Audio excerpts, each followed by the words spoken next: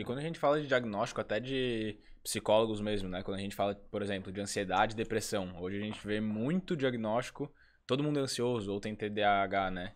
Ou é depressivo. Então, é o ambiente, talvez, que está formando isso? Tipo, o ambiente da sociedade que a gente vive hoje, que está tendo tanto diagnóstico assim? Ou antes já tinha, só que a gente não enxergava tanto assim? As duas coisas, provavelmente, né, cara?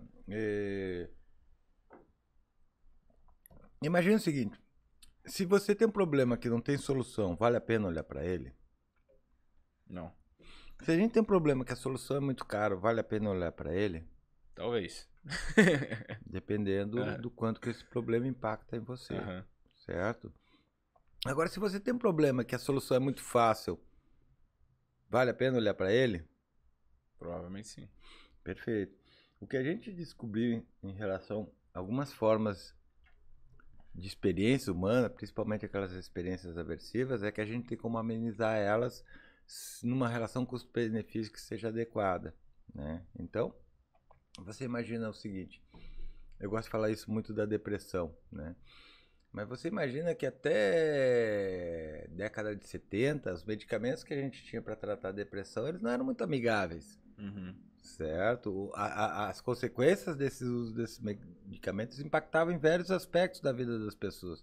Faziam elas engordar, faziam elas sonolência, faziam com que o foco visual delas, a acomodação visual não fosse adequada, podia promover enjoos, constipação, uma série de respostas que no conjunto impactavam muito mais do que a doença, né? Então, qual é a pessoa que você vai tratar? É aquela que efetivamente está mais impactada pela doença. Então você diz, olha, na relação custo-benefício com esse medicamento, bora tocar o medicamento, né?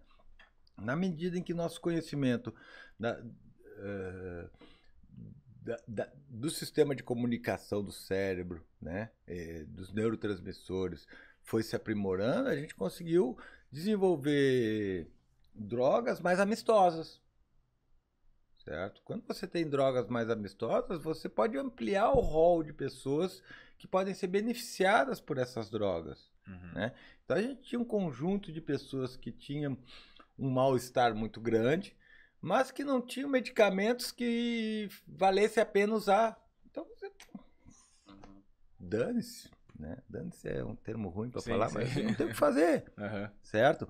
Na medida em que você foi construindo drogas mais adequadas, foi possível você, de alguma forma, atingir essas pessoas, né? Incluir essas pessoas dentro dessa forma de tratamento sem um impacto muito grande, né? Então aí o nosso leque de diagnóstico aumenta, porque eu preciso dar um diagnóstico para a pessoa para que ela possa usar essa medicação, né? Além disso, como o nosso conhecimento das doenças mentais também vão aumentando, coisas que antes passavam como traços de personalidade ou alguma mania no sentido de alguma coisa do uso coloquial que a gente faz dela, uma coisa que o cara faz sempre, né? Ocorria, a gente relativizava elas. Hoje a gente pode olhar para esse problema como algo que é possível intervir. Isso aconteceu tanto na farmacologia quanto na psicologia, de certa maneira, e na psiquiatria especialmente, né? Então a gente vai tendo uma mudança do diagnóstico na medida em que a gente tem mais ferramentas terapêuticas e também um conhecimento maior sobre o sofrimento humano, o funcionamento do cérebro, né? Então esses diagnósticos vão efetivamente mudando. Tem muita gente dizendo, mas é a indústria farmacêutica que fica criando problemas, né, para vender remédio.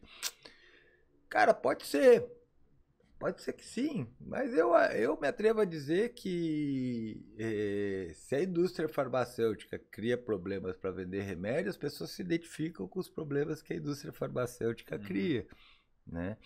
Então, de certa maneira, um dos grandes problemas de algumas condições psiquiátricas é que efetivamente as pessoas não querem tomar remédio, certo? Mas efetivamente quando elas tomam remédio, a gente vê que existe uma melhora do quadro, né? Por exemplo, durante muito tempo teve resistência de pais e professores, eu estou 20 anos na psicologia, em relação à medicação de crianças, principalmente com transtorno de déficit de atenção, né?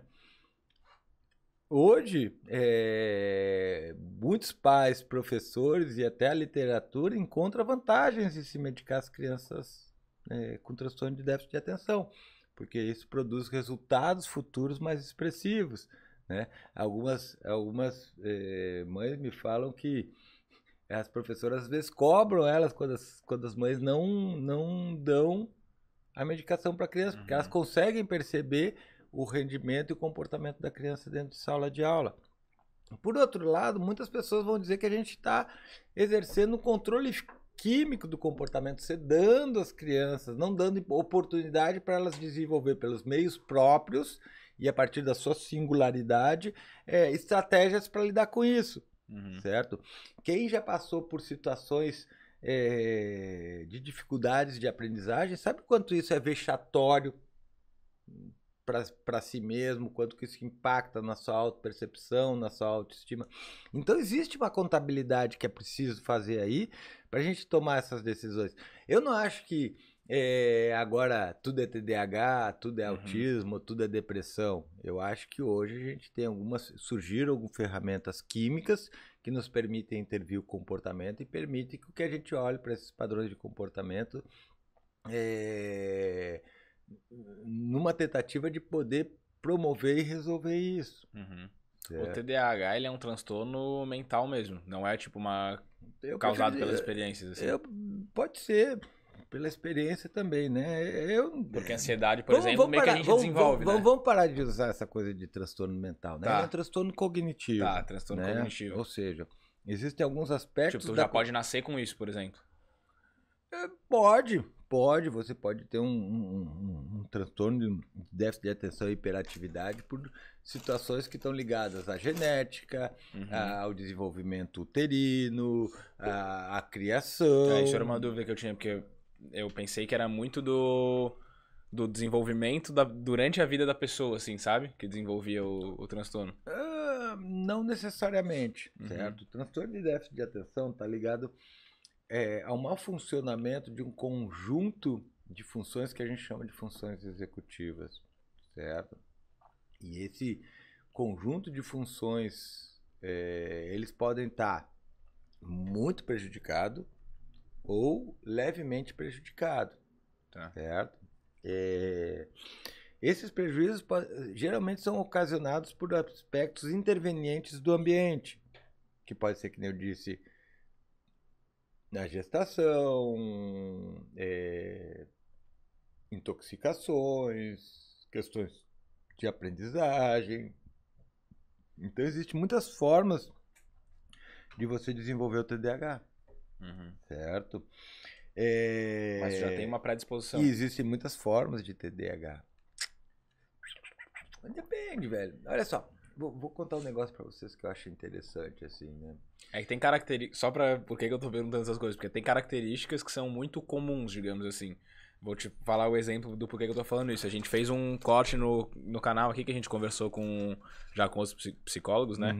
E daí a gente fez um corte falando de algumas características de TDAH e algumas características de pessoas superdotadas. Sim.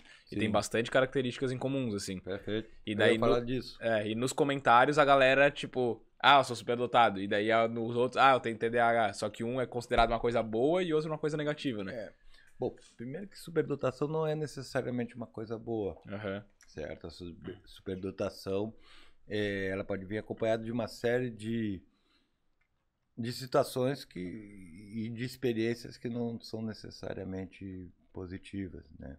Eu atendo muitas pessoas com altas habilidades e superdotações, né?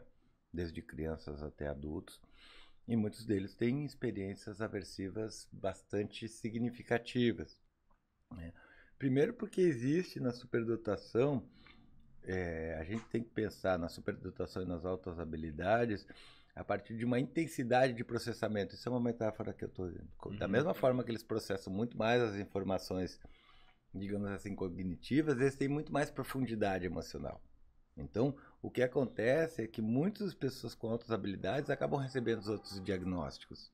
né, como diagnóstico de TDAH, ou diagnósticos de autismo, ou diagnósticos de transtorno de humor bipolar, que às vezes até pode estar ocorrendo conjuntamente. Em algumas situações a gente tem alguns diagnósticos que se atravessam sobre isso, né? Então, as altas habilidades não são necessariamente alguma coisa assim, só nasci um gênio, minha vida vai ser, né? Essas pessoas enfrentam uma série de desafios, às vezes alguns desafios que são consideravelmente maior do que outras pessoas que não têm essas habilidades tão desenvolvidas, né?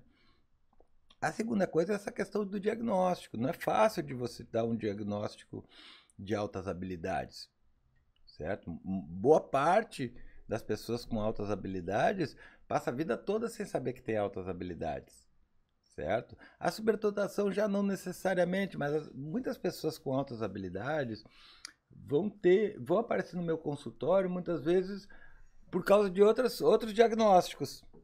Por exemplo, o diagnóstico de TDAH, né? Então, tem um grupo que eu tenho visto e com alguma frequência até no consultório, no meu consultório, tanto quando eu dava supervisão, né?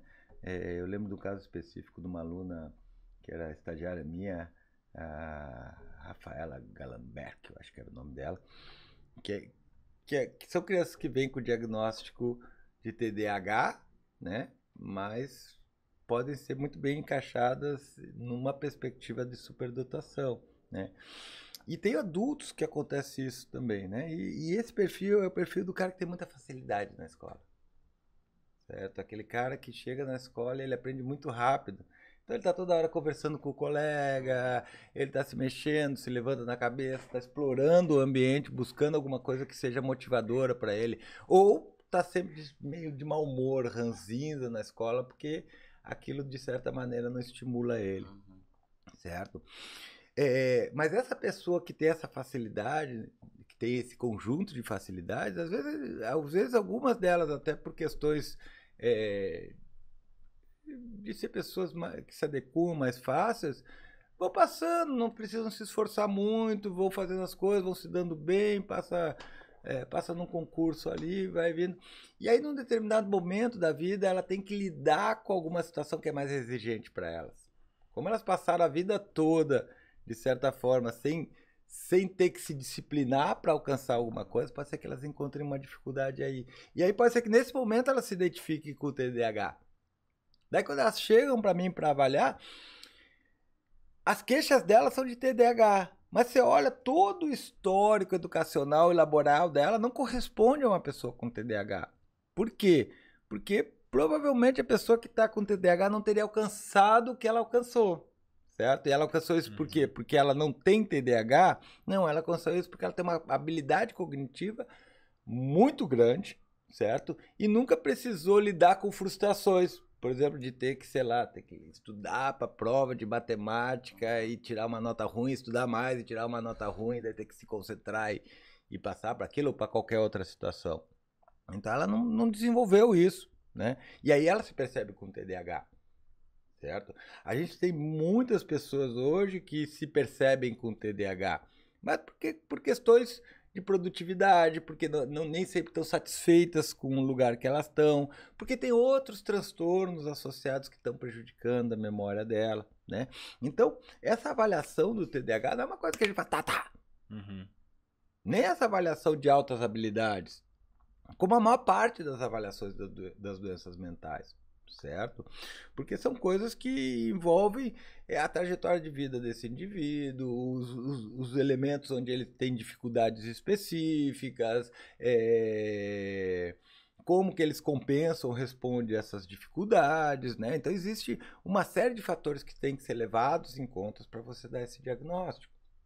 Quando a gente pensa em diagnóstico, a gente pensa em algum tipo de intervenção, certo? Apesar de a gente não considerar necessariamente altas habilidades como uma condição patológica, é uma condição que merece cuidados desde o desenvolvimento, para que efetivamente ela não migre ou não evolua para alguma condição patológica, certo? Hoje nós estamos num momento da nossa vida onde a gente tem uma demanda por desempenho muito grande. Né? Essa demanda por desempenho faz com que a gente faça algumas avaliações, às vezes um pouco imprecisas, sobre as nossas capacidades. Efetivamente, porque nós não estamos completamente satisfeitos, né? Ou não nos relacionamos muito bem com os nossos limites, né? Ou não conhecemos bem os nossos limites, certo? Então, existe um aumento maior, né? E existe também um conhecimento maior sobre a questão psicopatológica. Tá? É normal você ouvir as pessoas, eu tenho toque, eu tenho transtorno de humor bipolar, eu tenho TDAH. Ninguém tem porra nenhuma disso. Quer dizer, ninguém não tem porra nenhuma disso, é um exagero da minha parte. O que eu quero dizer é que muitas vezes as pessoas que estão falando isso não têm... diagnóstico. E não teriam um diagnóstico, certo? Por quê? Porque não contempla todos os critérios, por isso que a gente tem critérios diagnósticos, certo? Agora, para mim, que trabalho nessa área, eu ouço a queixa do paciente, porque essa queixa traz uma demanda específica, né? Seja da insatisfação dele com o desempenho dele, seja do fato dele não se sentir plenamente satisfeito, enfim, tem uma série de questões que estão por ali que a gente tem que ouvir. Independente dessa pessoa encaixar no diagnóstico ou não, ela te traz uma questão que para ela está incomodando. Sim. Então a gente tem que olhar para isso. A psicologia, apesar de ela trabalhar, e a neuropsicologia especificamente, de fornecer dados para um possível diagnóstico, para a psicologia o diagnóstico não importa. Para mim não importa se a pessoa tem ou não tem o TDAH, importa o conjunto de comportamentos e de fatores que estão impactando negativamente na vida dela e como que a gente vai criar uma estratégia para modificar isso, com ou sem TDAH, certo? Se tiver o TDAH, pode ser que a gente use uma estratégia farmacológica que compense alguns aspectos do funcionamento do sistema nervoso dela, né? E junto com isso algumas estratégias mais cognitivas comportamentais. Ok? Certo? Agora, o fato de ter o diagnóstico ou não, ele é, em alguns aspectos, dentro do trabalho da psicologia clínica, irrelevante. Ele é bom para a comunicação com outros profissionais, para a gente ter um conjunto de atitudes e de decisões em relação a esse paciente. Ele é muito mais importante nessa questão da saúde mental do que necessariamente da questão da experiência do indivíduo. Mas como psicólogo, eu trabalho com a experiência do indivíduo, com aquele conjunto de informações que ele me traz e que de alguma forma estão atrapalhando a vida dele.